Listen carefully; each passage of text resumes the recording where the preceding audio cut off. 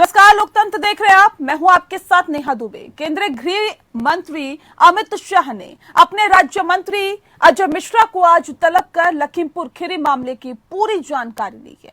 समझा जा रहा है कि अजय मिश्रा से इस्तीफा लिया जा सकता है। हिंसा के 72 घंटे बाद भी पुलिस आरोपियों की गिरफ्तारी से दूर है, यानी कि अभी तक पूछताछ तक नहीं कर पाई है। वहीं यूपी पुलिस ने लखीमपुर खीरी मामले में दर्ज एफआईआर में किसानों पर हिंसा के मामले में अजय मिश्रा और उनके बेटे की सुनियोजित साजिश बताया है।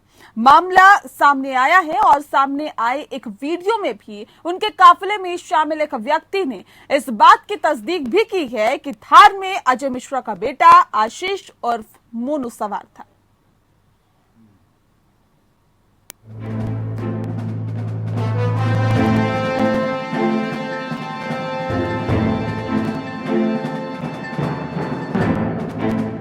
मोदी सरकार ने लखीमपुर खीरी को लेकर उठते सियासी तूफान को थामने की कोशिशें तेज कर दी हैं। इसी के तहत गृह राज्य मंत्री अजय मिश्रा को केंद्रीय गृह मंत्री अमित शाह ने तलब कर लिया। इस मुलाकात को लेकर अजय मिश्रा से इस्तीफा लेने की अटकलें तेज हो गई हैं। दरअसल बहराइच के जगजीत सिंह की शिकायत पर दर्ज एफआईआर के मुताबिक किसानों पर हिंसा प्री प्लान थी। भी कहा गया है कि 3 बजे के आसपास आशीष मिश्रा उर्फ मोनू मिश्रा 15-20 हथियारबंद लोगों के साथ 3 गाड़ियों में बनवीरपुर पहुंचे और थार में वो बाईं ओर बैठे थे। उन्होंने गोलियां चलानी शुरू कर दी और भीड़ को रौंदते हुए आगे बढ़ गए। बाद में सामने आए एक वीडियो में थार के पीछे आने वाली फॉर्च्यूनर में सवार एक शख्स को इस बात की तस्दीक करते हुए दिखाया गया है। हालांकि बीजेपी ने भी अपनी तरफ से एक एफआईआर दर्ज कराई है। इसके बाद अजय मिश्रा के आपराधिक रिकॉर्ड को मीडिया में तूल दिया जा रहा है। अजय मिश्रा पर दर्ज 4 संगीन मुकदमों में एक प्रभात गुप्ता हत्याकांड में न्यायाधीश ने उन्हें अपने रिटायरमेंट से 1 दिन पहले बरी कर दिया था और इस फैसले के खिलाफ अपील पर सुनवाई के बाद इलाहाबाद हाईकोर्ट ने 12 मार्च 2018 को अपना फैसला सुरक्षित कर लिया था। ऐसे में पीड़ित परिवार ने डबल बेंच में अपील दायर की है, जिस पर इस महीने सुनवाई होनी है। किसान नेता राकेश टिकैत ने भी बीजेपी पर अपराधियों और माफिया को मंत्री बनाने पर हमला बोला है। उन्होंने कहा है कि सरकार को कार्रवाई करने के लिए 1 हफ्ते का समय दिया गया है। हाँ, गिरफ्तारी नहीं हुई, एफआईआर दर्ज होगी, गिरफ्तारी नहीं हुई। सरकार के पास में टाइम है और जो मंत्री दिल्ली में बैठ के बयान दे रहे हैं वे अपनी जबान पे लगाम करें और पहले गिरफ्तारी इस्तीफा देके और जब कोई स्पीच दे। सरकारों को 7-8 दिन का टाइम है, उसके बाद में आगे रणनीति की घोषणा करेंगे।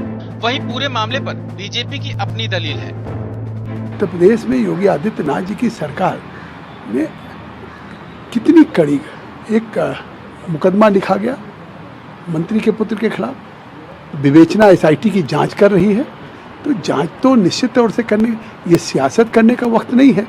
ऐसी घटना पे सबसे पहले कार्रवाई करने की जरूरत होती, शांति बहाल करने की होती। दोनों काम को योगी आदित्यनाथ जी ने किया और आज किसान यूनियन की तरफ से सवाल नहीं उठाया जा रहा कि सरकार ने कार्रवाई नहीं किया।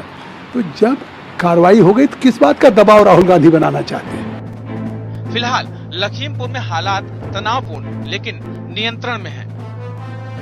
देखिए, कानून और शांति व्यवस्था एक प्रश्न है और किसी चीज का राजनीतिक लाभ लेना अलग प्रश्न है। यदि किसी को विजिट करने आना है तो पहले उनके परिवार से भी एक बार वो पूछ ले कि उनके परिवार वाले भी क्या उनको अनुमति दे रहे हैं। हमारे ओर से जो भी आपस में क्लैशेस ना हो, लोगों के आपस में इंटरेस्ट लेके वहाँ पे कोई पॉलिटिकल माइलेज ना लिया जाए, ये प्रतिबंधित रहेगा। किसी मृत व्यक्ति के परिवार से मिलना है वो, और दोनों चीजें अलग अलग। लखीमपुर मामले पर पुलिस किसी की गिरफ्तारी तो दूर, किसानों को कुचलने वाले और 4 दूसरे लोगों की जान लेने वाले आरोपियों तक की पहचान नहीं कर पाई है। एक आरोपी को तो मालूम भी नहीं है कि उसके खिलाफ मामला दर्ज किया गया है। वहीं किसानों के पोस्टमार्टम को लेकर भी सवाल उठे तो एक किसान का दोबारा पोस्टमार्टम भी कराया गया। ऐसे में यूपी में 4 महीने बाद होने वाले चुनाव में लखीमपुर खीरी कांड के बुरे असर की आशंका जताई जा रही है। 2017 के चुनाव में बीजेपी को इस जिले की सभी 8 सीटों पर जीत हासिल हुई थी। वहीं आसपास के 7 जिलों की 50 सीटों में से 45 सीटों पर बीजेपी का कब्जा है। Bureau report. तो वीडियो तो लगातार सामने आ रहे हैं। वहीं केंद्रीय गृह राज्य मंत्री अजय मिश्रा ने आज मंत्रालय का कामकाज संभाल लिया है। समझा ये भी जा रहा है कि अब वो इस्तीफा नहीं देंगे। समझा जा रहा है कि इस मौके पर इस्तीफा लेने से आने वाले चुनाव में बीजेपी को ज्यादा नुकसान पहुंच सकता है और इसे विपक्ष मोदी सरकार और योगी सरकार की हार के रूप में भी प्रचारित कर सकता है। इस विषय पर तफसील से चर्चा करेंगे। हमारे साथ खास मेहमान मौजूद हैं, उनसे आपका परिचय करा देते हैं। दिनेश प्रताप सिंह हमारे साथ हैं, बीजेपी के लीडर हैं। राज सिंह देसवाल जिस वक्त हमारे साथ है, सेक्रेटरी है बीकेयू के। हमारे साथ रोशनी कुशाल जायसवाल जी जुड़ गई हैं, जो कि स्पोक पर्सन है कांग्रेस की। प्रोफेसर धर्मेंद्र यादव जिस वक्त हमारे साथ जुड़े हुए हैं, जो कि स्पोक पर्सन है सपा के। आप सभी का बहुत स्वागत है। सबसे पहला सवाल मेरा राज सिंह देसवाल साहब आपसे है, क्योंकि लखीमपुर खीरी में जो घटना हुई, जो दुखद घटना सभी के सामने आई, उसमें हालांकि सरकार ये दावा कर रही है कि लगातार कार्रवाई हो रही है, जो लोग दोषी होंगे उनके खिलाफ कार्रवाई की जाएगी, एफआईआर दर्ज की गई है। लेकिन क्या इतनी कार्रवाई से आप लोग संतुष्ट है? क्या कुछ आपका कहना है? देखिए, अभी आपने राकेश जी की बात सुनवाई थी, राकेश टिकैत जी की। दरअसल देश उम्मीद लगाए बैठा है कि भाजपा जो है ना अपने इस अजय मिश्रा जी को, जो केंद्र में राज्य गृह मंत्री हैं, उनका इस्तीफा देंगी। लेकिन भाजपा उनसे शायद इस्तीफा नहीं लेगी। इस्तीफा इसलिए नहीं लेगी कि अजय मिश्रा जी तो भाजपा को भावी प्रधानमंत्री नजर आ रहा होगा। भाजपा के अंदर तो ये खूबी है कि जो भी आपराधिक पृष्ठभूमि का आदमी है, उसको तो ये जो है ना एक ज्यादा योग्यता मानी जाती है उसके अंदर। बहुत मुश्किल है कि ये उसका इस्तीफा ले लें। हालांकि उन्होंने उम्मीद कर रहा है, पूरे देश उम्मीद कर रहा है। आज मुलाकात हुई थी गृह मंत्री से, लोग हाथ लगाए बैठे थे। हमारे कांग्रेस के या दूसरे विपक्षी दल भी सोच रहे होंगे कि आज शायद उनका जो है इस्तीफा हो जाए। बहुत मुश्किल है। और ये तो गिरफ्तारी उन्होंने कह दिया हम 8 दिन के अंदर करेंगे। साहब, जिसका बाप जो है ना राज्य गृह मंत्री हो, उसके बेटे को कौन सी पुलिस गिरफ्तार करने जा रही है भारत में? वो भी जो है ना उत्तर प्रदेश जैसे प्रदेश के अंदर। यहाँ खट्टर साहब की बात सुन लो, कुछ कर लो। भाजपा इसको कोई अरेस्ट करने नहीं जा रही। यह देश को गुमराह कर रहे हैं और लीपा पोती करेंगे ये इसके ऊपर। हम तो बिल्कुल इससे उम्मीद छोड़ बैठे हैं। दिनेश प्रताप सिंह जी, राज सिंह, ठीक है सर, आंदोलन फिर से शुरू। ठीक है सर, आप एक बार फिर से आंदोलन शुरू करेंगे। और आपने ये भी आरोप लगाया कि भाजपा देश को गुमराह कर रहे हैं। दिनेश प्रताप सिंह जी जवाब दीजिए इसका। नेहा जी, अभी मैं सुन रहा था भारतीय किसान यूनियन के सचिव राज सिंह जी को। देखिए, लखीमपुर खीरी की घटना बड़ी ही दुखद घटना है, बड़ी ही निंदनीय घटना है। कोई भी इस घटना को जायज नहीं ठहरा सकता है। लेकिन दुर्भाग्य क्या है इस देश और राजनीतिक दलों का, जो राजनीतिक दल ऐसे हैं तो गिद्ध दृष्टि लगाकर गिद्धों की तरह बैठे हुए हैं कि कहीं इस तरह का कोई मसला आए, उनको मौका मिले, वहां वो लाशों पर अपनी राजनीति की रोटियां सेक सके। और यही करने का काम उन्होंने किया है। कि देखिए किस फिराक में वो बैठे थे। आज से नहीं, जब से किसानों का आंदोलन इस देश में शुरू हुआ, एक लंबा आंदोलन चल रहा है। पहले दिन से ऐसे लोग इस जुगत में थे, इस फिराक में थे कि कहीं इस तरह की कोई घटना मिले और इनको अवसर मिले। और संजोग से इस तरह की दुर्घटना हुई और इस आपदा में अवसर तलाशने के लिए जुट गए। एक घटना इसी तरह की घटना बस्तर में हुई। आदिवासी किसानों की वहां पुलिस की गोलीकांड से वहां पर निर्मम हत्या हुई। कांग्रेस पार्टी समेत किसी भी राजनीतिक दल का एक नेता वहां पहुंचा। संबंधित राज्य के मुख्यमंत्री राजनीति करने के लिए लखनऊ तो आ जाते हैं, लेकिन वहीं रायपुर में बैठे हुए व्यक्ति को बस्तर में जाने की। ठीक है सर, विपक्षी पार्टियां राजनीति कर रही है। एक सेकंड दिनेश जी, आप लोगों ने अभी तक क्या कार्रवाई की सर, मुझे वो बताइए सिलसिलेवार तरीके से। अभी तक कार्रवाई क्या हुई? करते हैं कार्रवाई, दिनेश सिंह नहीं करते हैं, भाजपा नहीं करती है। कार्रवाई इन्वेस्टिगेशन एजेंसी करती है। प्राथमिकी उसमें दर्ज हुई, एफआईआर दर्ज हुई है। और मुझे एक निवेदन और करना है। गिरफ्तारी कितनी हुई सर? आप सहित सारे लोग, जरा सुन लीजिए ना, आप सहित सारे लोगों से निवेदन करना है। बहुत संवेदनशील मसले होते हैं, ऐसे मसले पर इन्वेस्टिगेशन एजेंसी को बहुत फूक कर कदम उठाया। ये एजेंसियां बैठी नहीं है, ये जांच कर रही हैं। और जांच में माननीय योगी आदित्यनाथ जी ने स्वयं कहा इस बात को कि कोई भी आदमी। सर, ये कैसी जांच होगी दिनेश जी? ये कैसी जांच होगी सर? एफआईआर दर्ज हो गई है, एफआईआर दर्ज होने के बाद अभी तक कोई गिरफ्तारी नहीं हो रही, आप कह रहे जांच हो रही है। सर गिरफ्तारी जब तक नहीं होगी, कैसे विपक्षी दल और बीकेयू ये मान ले या फिर किसान ये मान ले कि गृह राज्य मंत्री उस जांच को प्रभावित नहीं कर सकते जो आप निष्पक्ष तौर पर होने की बात कर रहे हैं? जी नेहा जी, मुझे फिर से मैं निवेदन कर रहा हूँ कि जिसका जो काम है कम से कम वही काम उसको करना चाहिए। आप फॉरेंसिक एक्सपर्ट नहीं है, या तो आप बता दीजिए आप होंगे, या जो लोग बैठे हुए 3 लोग और हमारे साथ हो सकते हैं। सर फॉरेंसिक एक्सपर्ट से रिलेटेड मैंने क्या सवाल आपसे पूछ लिया? बिना रोके हुए 1 मिनट का समय दीजिए, फिर आप 10 सवाल आप पूछ लीजिएगा। मेन क्या मसला है कि जो एफआईआर हुई है उस एफआईआर में गृह राज्य मंत्री का भी नाम है, उस एफआईआर में उनके बेटे का भी नाम है। एफआईआर तो आप मेरे नाम से करा सकती हैं नेहा जी, और मैं आपके नाम से करा सकता हूँ। एफआईआर कब दर्ज होती है सर? जरा सुन लीजिएगा, सर आपसे सुन रही हूँ मैं। जब आप ऐसे बोलेंगे तो मैं क्रॉस क्वेश्चन नहीं पूछूं क्या दिनेश जी? अरे नेहा जी, मैं कह रहा हूँ आप 10 सवाल पूछिए ना, 1 घंटे आपके साथ बैठा हूँ, मुझे मेरी एक बात तो कंप्लीट हो जाए, फिर पूछिए ना सवाल। मैंने कहा उसमें 2 लोगों का नाम है, क्या नाम दे देने से ये अपराधी हो गए क्या? और जबकि गृह राज्य मंत्री ने स्वयं कहा है और कोई भी एक वीडियो फुटेज नहीं आई है जिसमें इन दोनों लोगों की उपस्थिति कहीं दर्ज हो रही हो। अगर है तो दिखाएं किसी के पास हो। परंपरागत रूप से 40 वर्षों से एक दंगल का कार्यक्रम चल रहा था जिसमें प्रदेश के उप मुख्यमंत्री को आना था, उनको लेने के लिए 3 गाड़ियां जा रही थी। जिस तरह से उस गाड़ियों पर हमला हुआ, जान बचाने के लिए गाड़ियां अनियंत्रित हुई और इसमें इस तरह की कैजुअलिटी हुई, इसको मैं स्वीकार करता हूँ। और जो भी दोषी होंगे उनके खिलाफ कार्रवाई होगी, सख्त होगी, लेकिन उन लोगों का नाम जिनकी उपस्थिति नहीं है मतलब तय करेगा, हम आप तय करेंगे। ठीक है, मतलब ये कि एफआईआर हुई है तो एफआईआर तो होती रहती है, कौन सी बहुत बड़ी बात है? इस तरह से एफआईआर नहीं होती। एफआईआर का मतलब होता है फर्स्ट इन्फॉर्मेशन रिपोर्ट। हाँ, उसके बाद क्या होता है सर? उसके बाद क्या होता है?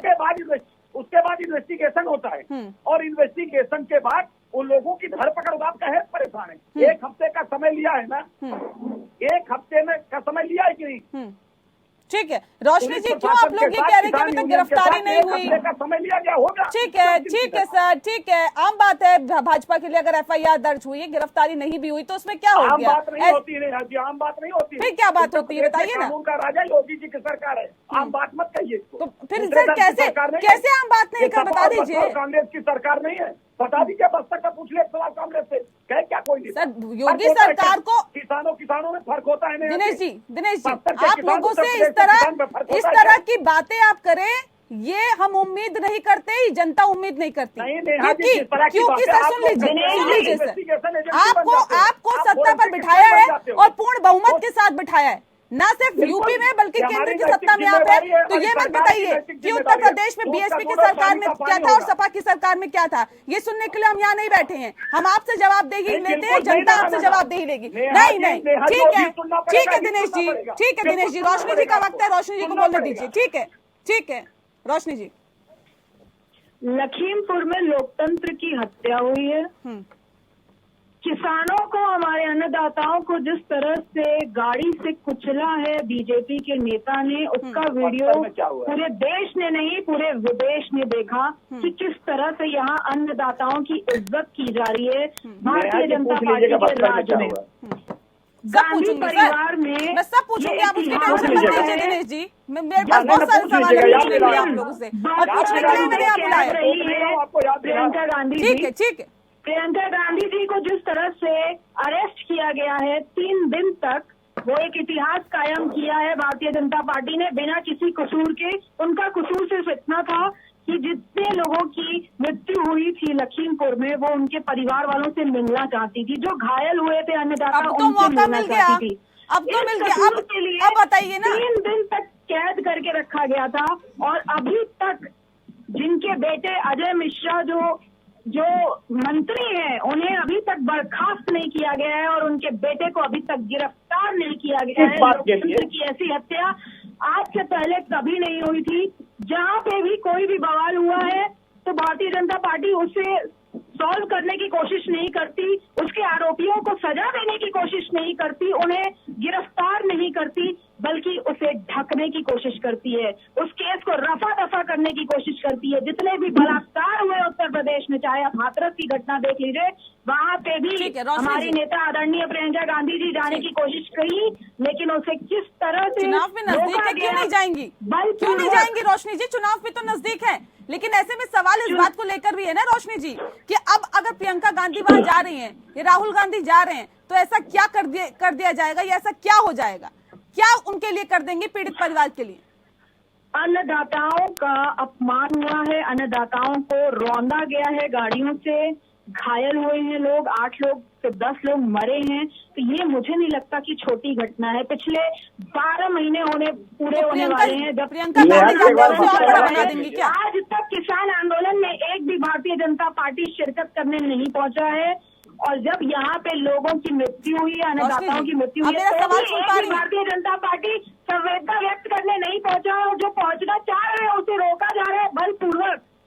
हमारी नेता महिला है, उन्हें किस तरह से पुलिस ने घेरा था और किस तरह से धक्का मुक्की की थी, उसका वीडियो भी पूरे देश ने देखा। तो जब किसानों के साथ उनके बुरे वक्त में कांग्रेस पार्टी साथ दे रही है, तो आगे आने वाले उत्तर प्रदेश चुनाव में जब 60,000 प्रोफेसर धर्मेंद्र यादव जी, FIR दर्ज हुई है, लेकिन FIR दर्ज होने के साथ ही गिरफ्तारी नहीं।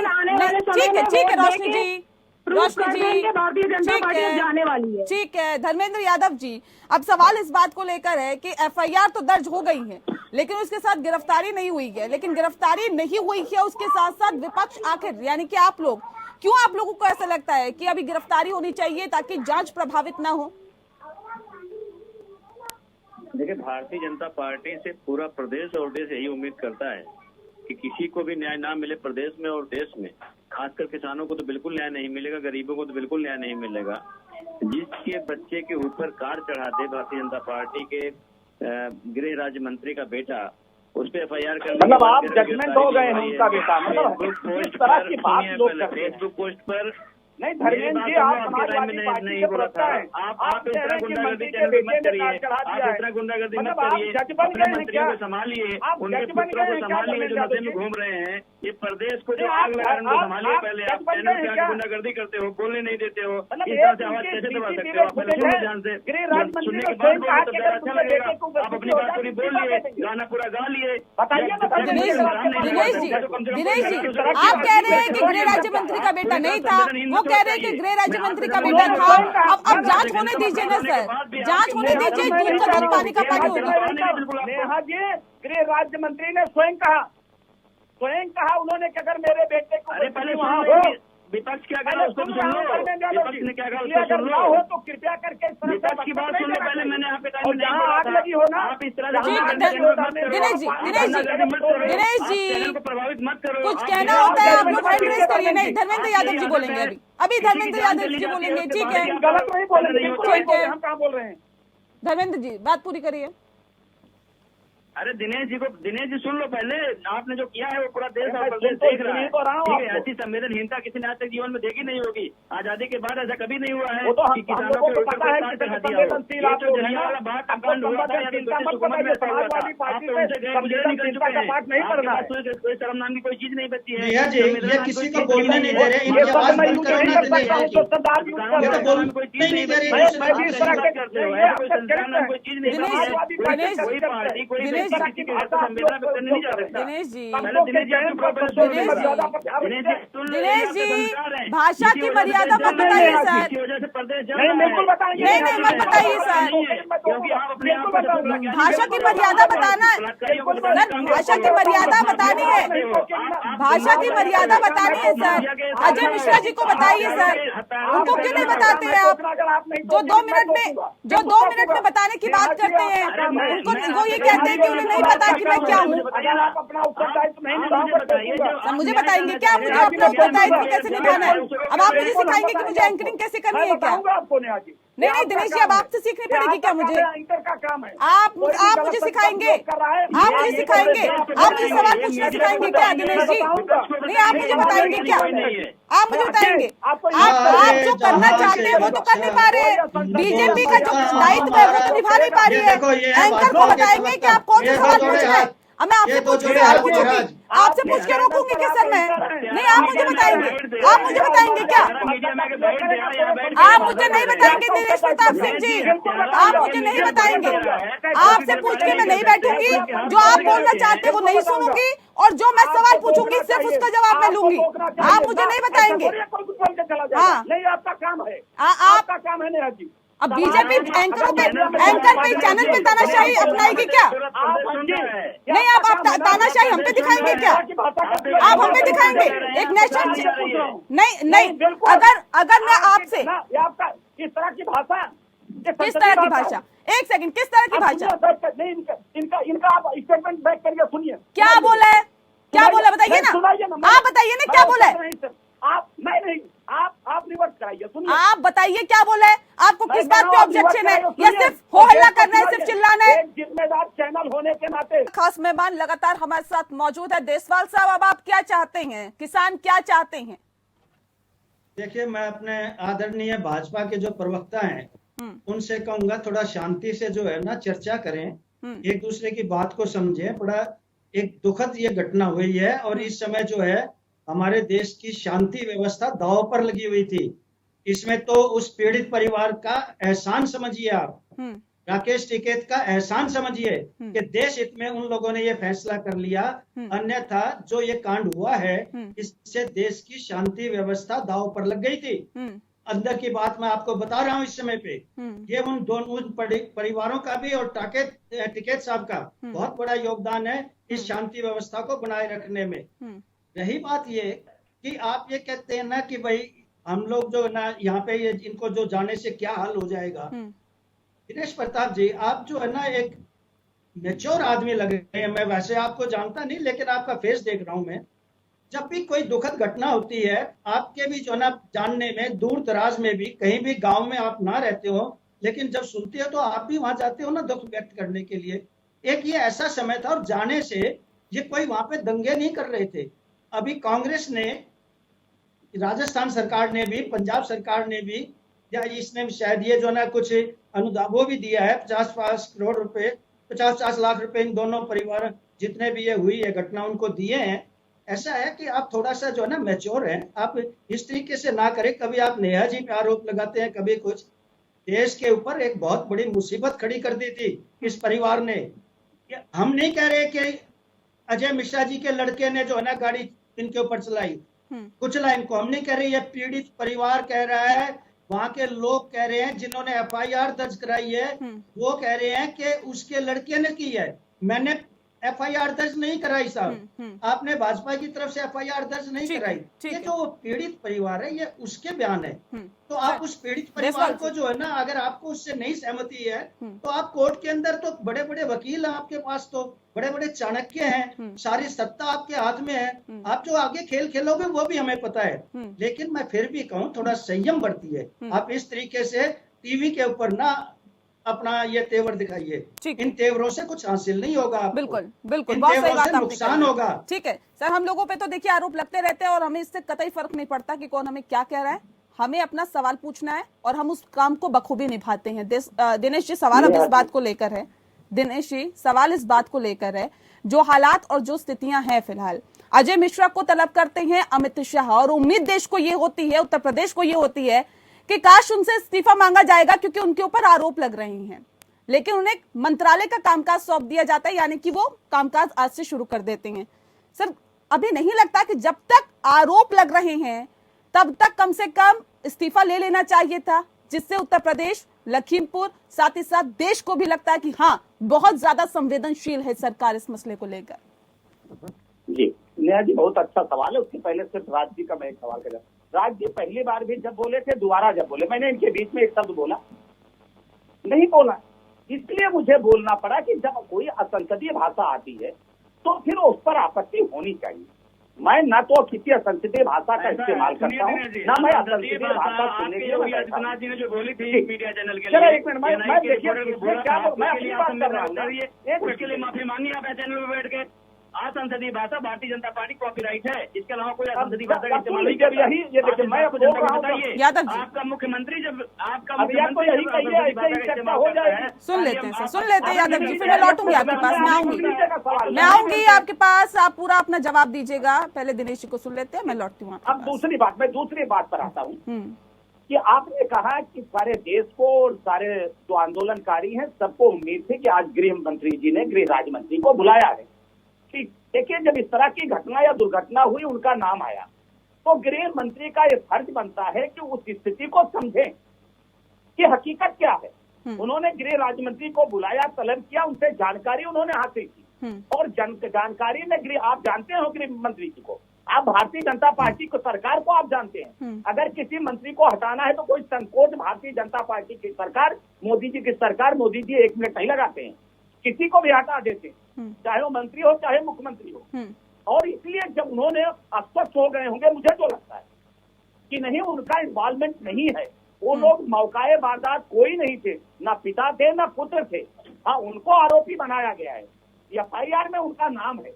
मैं यही निवेदन कर रहा हूँ और सबसे मैं निवेदन कर रहा हूँ कि इन्वेस्टिगेशन होने दीजिए, योगी आदित्यनाथ जी पर भरोसा करिए। उन्होंने कहा है कि हम इसकी तह पे जाएंगे और दूध का दूध पानी होगा, पानी का पानी होगा। वही तो सर हम एक सवाल कर रहे हैं दिनेश जी कि इन्वेस्टिगेशन होने दीजिए, इन्वेस्टिगेशन होने दिया जाता।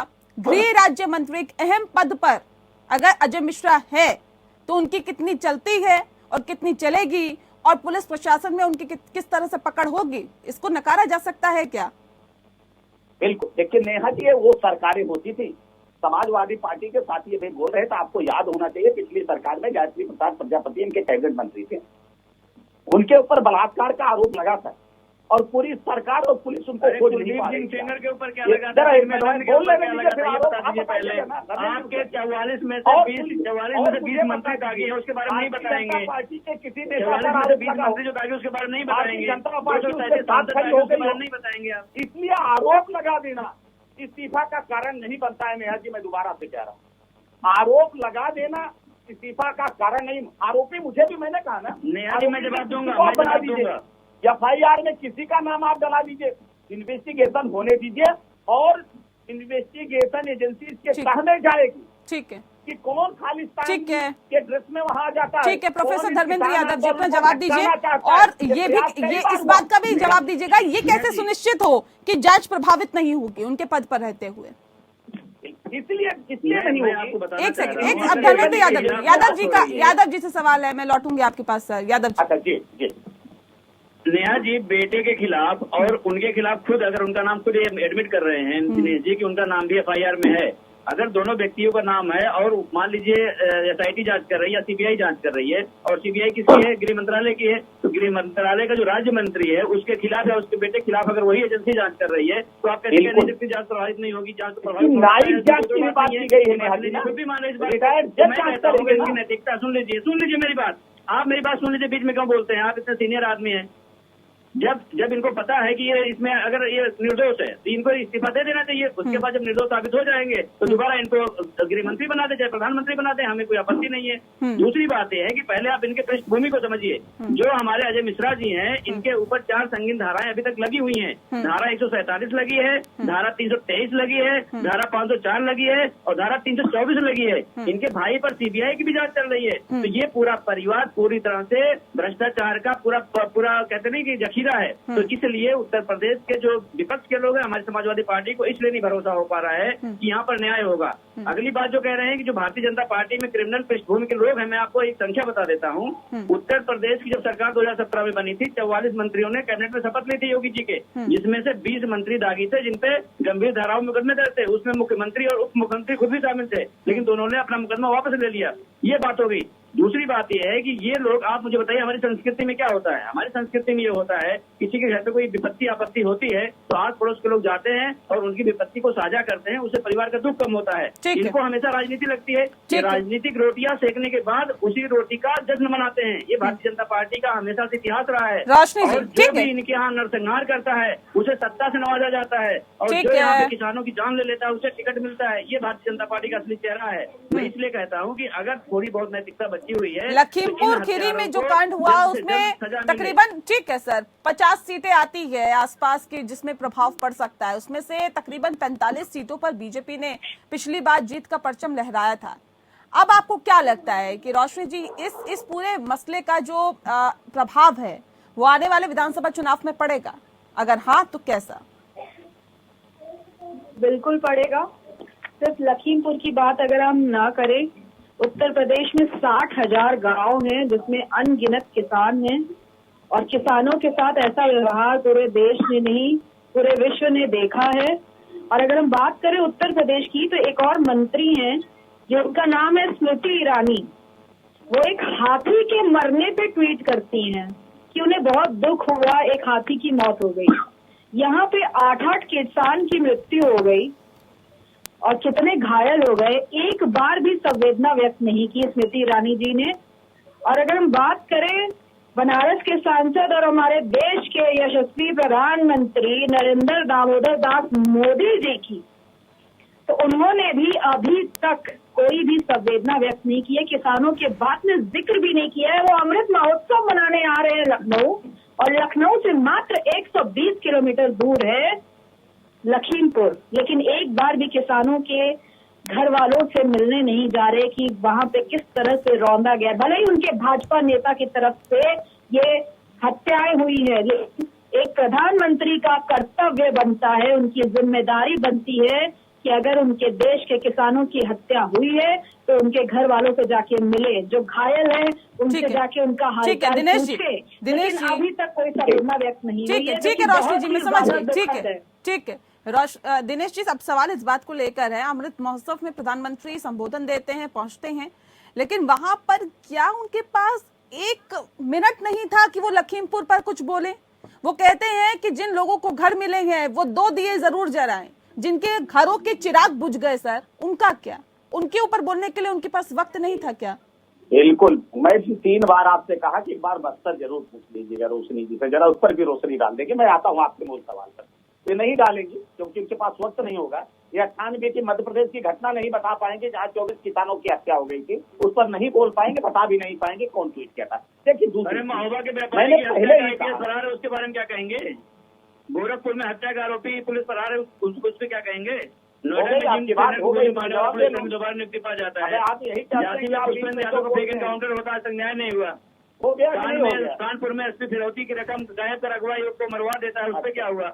हाथरस की बेटी के के बाद हत्या का शव जला दिया जाता है। आप क्या बात कर रहे हैं? ये आपकी सरकार में सारा हुआ, में हुआ, उत्तर प्रदेश जनता देख नहीं रही। सुन लेते हैं यादव जी। ठीक है यादव जी, हो गया आपका प्रवचन। ठीक है, आप यही कहते हैं कि आप बीच में मत बोलिए और खास आप मौतों पे प्रवचन देंगे, आपके प्रवचन के अलावा कोई बात नहीं। ठीक है, मैं आपके बीच में मैं बोलूंगा, फिर टोकिएगा नहीं धर्मेंद्र जी, बाकी आप बोलते रहिए, मुझे आपत्ति नहीं। ठीक है दिनेश जी, मैं आपसे जवाब लूंगी। जिन लोगों ने देश के किसानों की ये दुर्दशा कर दी, चाहे वो कांग्रेस पार्टी हो चाहे समाजवादी पार्टी हो, आज किसान क्यों इस स्थिति में पहुंच गए हैं और उसको स्थिति से सवाल मेरा ये था, अमृत महोत्सव में प्रधानमंत्री जाते हैं, वहां पर बहुत सारी चीजें कहते हैं, लेकिन किसानों पर कुछ नहीं, लखीमपुर पर कुछ नहीं। इसी पे जवाब दीजिए। किसानों के लिए कहते नहीं है, किसानों के लिए हम करते हैं। मैं भी उत्तर प्रदेश का हूँ, मैं भी उत्तर प्रदेश में किसान का बेटा हूँ। किसानों के लिए क्या चाहिए?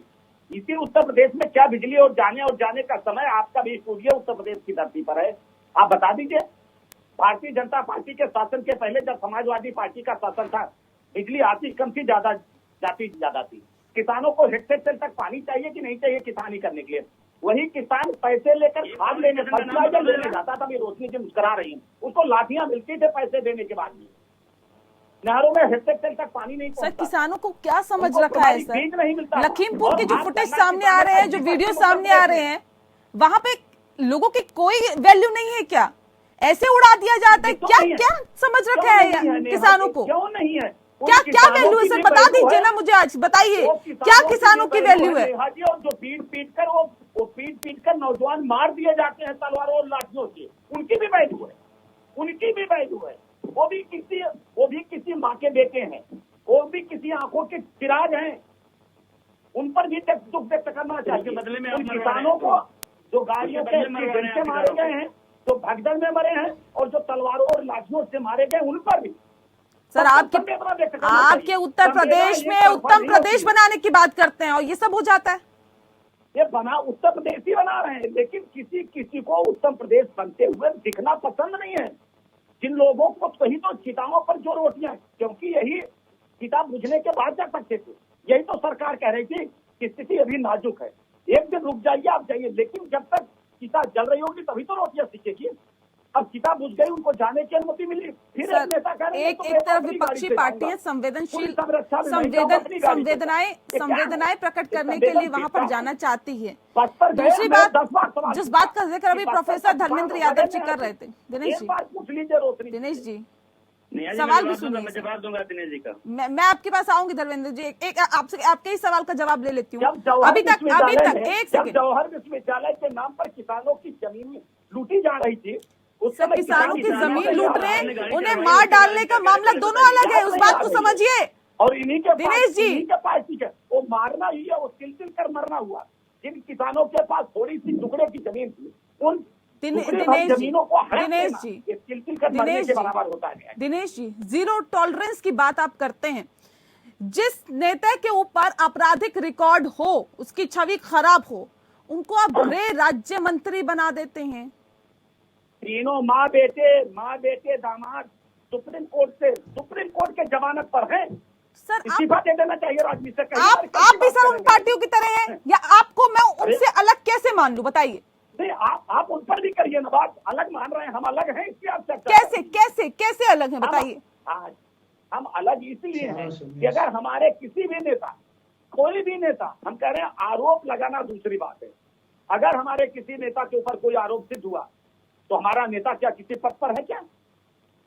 सिर्फ आरोप मात्र लगा देने से आप उसको हटा देंगे क्या? यही तो मेरा सवाल है। FIR हो जाना सिर्फ, आप उसको हटा देंगे तो राजनीति से संन्यास ले लेना चाहिए सोनिया गांधी, राहुल गांधी और रॉबर्ट वाड्रा पर लोगों को। सर्वोच्च न्यायालय देशपाल जी आरोप लग रहे हैं, आप लोग क्यों इस्तीफे की मांग कर रहे हैं? कह रहे जी आरोप लग रहे हैं, आरोप तो लगते रहते हैं। ठीक है दिनेश जी, देशपाल साहब आप जवाब देंगे कि आरोप लग रहे हैं, आरोप के बिहाफ पे हम लोग इस्तीफा नहीं लेंगे, गिरफ्तारी नहीं करेंगे। देखिए अजय मिश्रा जी जानते हैं कि शीर्ष नेतृत्व भाजपा का इनका इस्तीफा मांगने का अधिकार रखता ही नहीं। किस अधिकार से वो इनका जो इस्तीफा मांगेगा? क्या आपके ऊपर आरोप लगे हैं, आपराधिक आरोप लगे हैं, इस आधार पर इस्तीफा मांगेगा? वो शीर्ष नेतृत्व तो खुद जो ना आरोपों से घिरा हुआ है, उनकी तो बैकग्राउंड उनकी भी यही है। तो अजय मिश्रा जी तो उनका भी रिकॉर्ड उनके सामने दिखा देंगे। ये इस समय बेलगाम हो गई है पार्टी, और देश को बड़ी सावधानी से ये बचा हुआ समय इनका निकालना है। ये कुछ भी कर सकते हैं अब, इसलिए थोड़ा सा संयम देश को रखना पड़ेगा। इनके हाथ के अंदर जो है ना इस समय जो ताकत है, ये सारा शासन चला रहे हैं। सिर्फ पुलिस के बल के ऊपर जो है ना ये देश में इस समय पर शासन चला रहे हैं। अन्यथा देश का कोई वर्ग, चाहे वो बेरोजगार युवक हो, चाहे वो किसान हो, चाहे वो मजदूर हो, चाहे वो कर्मचारी हो, सब इनसे थक चुके हैं, सब इनसे परेशान हो चुके हैं। लेकिन अगर कोई आदमी सामने खड़ा होगा तो ये यही करेंगे जो इन्होंने लखीमपुर खीरी में करा, जो इन्होंने हरियाणा में करा, और जो आगे करने का भी ये कह रहे हैं कि यही करेंगे। खट्टर साहब ने तो कह दिया भाई लठे तैयार हो जाओ और हम ये काम करेंगे। ये क्या ऐसा में नैतिक आधार रखते हैं इस देश के ऊपर शासन करने का? ये हमारा दुर्भाग्य है कि हमने इतने लाड चाव से, इतने मन से इस सरकार को चुना था कि ये जो है ना हमें एक बहुत अच्छा शासन देगी, लेकिन ये हमारे देश की सबसे गलत सरकार साबित हुई है। आगे जब इतिहास लिखा जाएगा तो इसको जो है ना एक ऐसे रंग से रंगा जाएगा। धर्मेंद्र जी का रुख कर लेते हैं, बहुत देर से कुछ कहना चाह रहे हैं। धर्मेंद्र जी बताइए। नेहा जी देखिए अंतिम समय है, मैं बस 2 सवाल इनसे पूछना चाह रहा हूँ, उसका जवाब इनसे मैं चाहता हूँ। समाजवादी पार्टी इसलिए जाना चाह रही है संवेदना व्यक्त करते कि समाजवादी पार्टी पूरे किसानों को अपने परिवार का हिस्सा मानती है। अब मैं दिनेश जी से पूछना चाहता हूं कि अगर इनके परिवार में कोई ऐसी घटना हो जाती, इनके बच्चे के साथ ऐसा कुछ हो जाता, तो क्या यह 2 दिन का इंतजार करते जाने के लिए? इसका वे पहले जवाब दे दें। दूसरी बात मैं इनसे कहना चाह रहा हूँ कि उत्तर प्रदेश की जनता, अगर आपने उन लोगों के साथ अन्याय किया, उसके बाद पोस्टमार्टम करवाया और पोस्टमार्टम पे भी सवाल खड़ा हो गया, तो मैं ये जानना चाहता हूँ कि क्या इंसान, शमशान और पोस्टमार्टम हाउस भी आपके लिए राजनीतिक रोटियां सेकने का मंच बन गया है? हम इस पर का जवाब चाहते हैं। दिनेश जी जल्दी से जवाब दीजिए। देखिए धर्मेंद्र जी असल में जो जैसा किया रहता है ना उसको वैसे ही लगता है। ये देश का दुर्भाग्य है और आप जैसे राजनीतिक पार्टियों का दुर्भाग्य है। आपको किसी पर तो भरोसा है नहीं। आप सवाल का जवाब नहीं दे रहे। आप सवाल का जवाब दे दीजिए। सवाल पूछा है, सवाल का जवाब दे दीजिए ना। आप जवाब नहीं लेना चाहते ना। सवाल का जवाब दे दीजिए ना मुझे। उठेंगे आप जवाब तो ले लीजिए। आप 2 मिनट है रखिए। मैं चुप हूँ, आप दे दो। यही बेचैनी आपकी है। आप सवाल भी जवाब दो और मुद्दे पे आइए दिनेश जी। जब आप सवाल पूछे तो जवाब ले लीजिए जी, क्योंकि आपके शासनकाल में यही होता था। ऐसी जांच एजेंसियों का इसी तरह से हमारे शासनकाल में कोई सत्ता का दुरुपयोग। सुन लीजिए ना, आप अभी किसानों की बात, बड़ी सहानुभूति आप बता रहे हैं, परिवार की बात आप भूल जाते हैं आप लोग ना। चलो आप इसका नहीं जवाब दो। सुनिए, आप पहले दूसरा जवाब दीजिए। जांच कितने दिन में पूरी हो जाएगी? जांच कितने दिन में पूरी हो जाएगी इसका जवाब दीजिए। पूरा देश सुन रहा है इस वक्त। आप बताओ कि जांच कितने दिन में पूरी हो जाएगी? सरकार के पास कोई जानकारी है क्या? आपको सुन रही है पीएम के सरकार के पास कोई ऐसी जानकारी आपके पास भरोसा होने के नाते कोई जानकारी है क्या? जांच कितने दिन में पूरी हो जाएगी? समयबद्ध तरीके में होगी या नहीं होगी? हाशिए पे कर दिया है। सुन लीजिए, आप सुन लीजिए। जांच कितने दिन में पूरी हो जाएगी? अरे जरा सुन लीजिए। जिसको जख्म होता है उसको आराम अगर तुरंत लगा दो तो जल्दी आराम मिलता है। आप जानते होंगे। टोपी चुरा के जिसको जख्म होता है, जख्म से जल्दी में आराम लगाने से उसको ज्यादा राहत मिलती है। नहीं, आपके जांच कितने दिन में पूरी हो जाएगी? जनता को बता दीजिए, हमें बता दीजिए। जिसकी फोटो नहीं होती थी, जांच कितने दिन में पूरी होगी? जांच नेता की मिल जाती थी लेकिन आदमी नहीं मिलती। जांच कितने दिन में पूरी हो जाएगी इस अपराध की? इस समाजवादी पार्टी के शासन नहीं, योगी आदित्यनाथ जी के इस अपराध की जांच कितने दिन में पूरी हो जाएगी? किसान को कितने दिन में न्याय मिल जाएगा? अपराधियों को हौसले पस्त हैं आप लोग, उनको किसानों को कितने दिन में न्याय मिल जाएगा? रोशनी जी ठीक है रोशनी जी, अब सवाल विधिमय कार्यक्रम के आखिरी पड़ाव में का समय है। अब दूसरी चीज, एक राज्य संवेदना का समय है, इसमें थोड़ा धैर्य का परिचय दीजिए। अरे जरा आप तो भाषण देना शुरू कर दिए, संवेदन क्या देंगे आप? ठीक है, विधानसभा चुनाव में पूरी हो जाएगी जांच? एक सवाल का जवाब राजी ने चर्चा की थी। नेहा जी एक सवाल का जवाब ले लीजिए कि जांच कितने दिन में पूरी हो जाएगी? बता दीजिए ना दिनेश जी। 8 दिन की बात कही है, 8 दिन की बात कही है, क्या ये माना जाए कि 8 दिन में जांच पूरी हो जाएगी? क्योंकि 8 दिन की बात कही गई थी कि 8 दिन में जांच रिपोर्ट सौंपी जाएगी। करता नहीं हूँ, ये इन्वेस्टिगेशन एजेंसी का काम है और न्यायिक जांच होगी। सर बता दीजिए, फिर सरकार आपकी है सर। और सुनिए ना सर सुन लीजिए दिनेश जी, ऐसे नहीं होती है और उसको बीते हुए कई दिन हो जाते हैं लेकिन अभी तक कोई गिरफ्तारी नहीं होती है, अभी तक कोई कार्रवाई नहीं होती है। पूरा देश देख रहा है। तो आप जांच प्रभावित करने में कितना टाइम लगाएंगे दिनेश जी? पोस्टमार्टम हाउस में जाके आप रिपोर्ट बदलवा रहे हो, अब क्या काम कर रहे हो? संविधान को नहीं, अगर जांच एजेंसियों के हाथ में ये सब चीजें हैं सर, तो जब महिला सुरक्षा की बात आती है, किसानों की सुरक्षा की बात आती है या लॉ एंड ऑर्डर की बात आती है, तब जनता के बीच में जाकर यही कहा करिए आप लोग कि जांच एजेंसियों के हाथ में जांच होती है जी। हम तो कानून व्यवस्था को बहुत बेहतर नहीं कर सकेंगे, इसी बात को दोहराइएगा दिनेश जी। यही उम्मीद हम आपसे करते हैं। ये मत बताइएगा, ये बिल्कुल मत कहिएगा कि कानून व्यवस्था बेहतर हो जाएगी, 0 टॉलरेंस के साथ हम आगे बढ़ेंगे। जिस बात को आप कह रहे हो उस पर अडिग रहिएगा। भारतीय लोकतंत्र में ये प्रमाण पत्र चैनल नहीं देते, ये प्रमाण पत्र देश की प्रदेश की जनता देखती है और ये प्रदेश की और देश की जनता ने प्रमाण पत्र भारतीय जनता पार्टी को दिया है। आप उसको मृत प्रमाण पत्र दे रहे हैं, उसकी पोस्टमार्टम रिपोर्ट प्रभावित कर रहे हैं। चलिए बहुत शुक्रिया आप सभी मेहमानों का हमारे साथ इस खास चर्चा में शामिल होने के लिए। लोकतंत्र में इतना ही, नमस्कार।